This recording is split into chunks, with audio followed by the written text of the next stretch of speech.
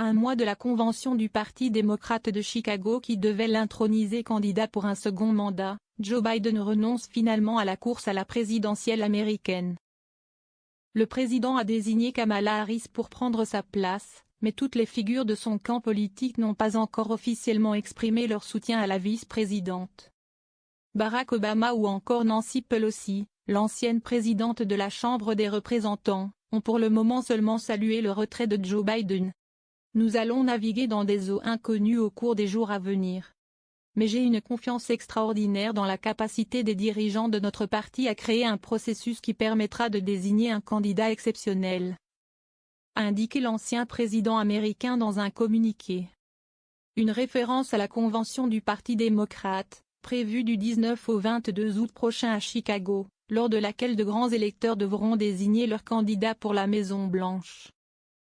Dans ce processus, des concurrents à Kamala Harris pourraient ainsi se déclarer. Primaire, convention, délégué, superdélégué. Un mode de désignation complexe.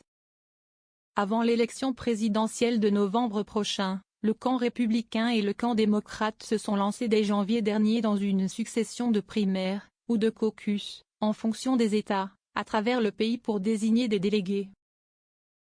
Les délégués du Parti républicain élus lors de ces primaires se sont réunis le 18 juillet en convention à Milwaukee, dans le Wisconsin, pour voter en faveur de Donald Trump. Même s'il n'avait pas de véritable concurrent dans ce processus, l'ancien président des États-Unis a ainsi officiellement été nommé candidat du parti à la Maison-Blanche. Du côté des démocrates, le même processus devait conduire à la désignation de Joe Biden, puisqu'une majorité de délégués supportant sa candidature avait été désignée lors des primaires.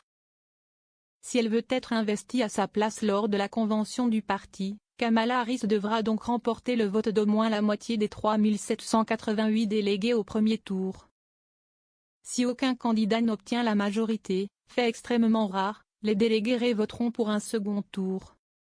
Ils seront cette fois-ci accompagnés des 744 superdélégués, des personnalités non élues lors des primaires, nommées à ce poste en raison de leur statut au sein du Parti démocrate.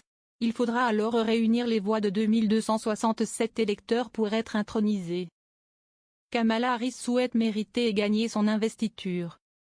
Adoubée par Joe Biden, sans véritable adversaire annoncé pour le moment, Kamala Harris semble avoir le champ libre pour s'imposer. Elle devra également choisir un colistier parmi ses soutiens. Selon les informations de CNN, plus de 500 délégués démocrates ont d'ores et déjà annoncé qu'ils la soutiendraient. Mais la barre de la majorité pourrait être placée plus haut que prévu si les superdélégués étaient autorisés à voter dès le premier tour du scrutin.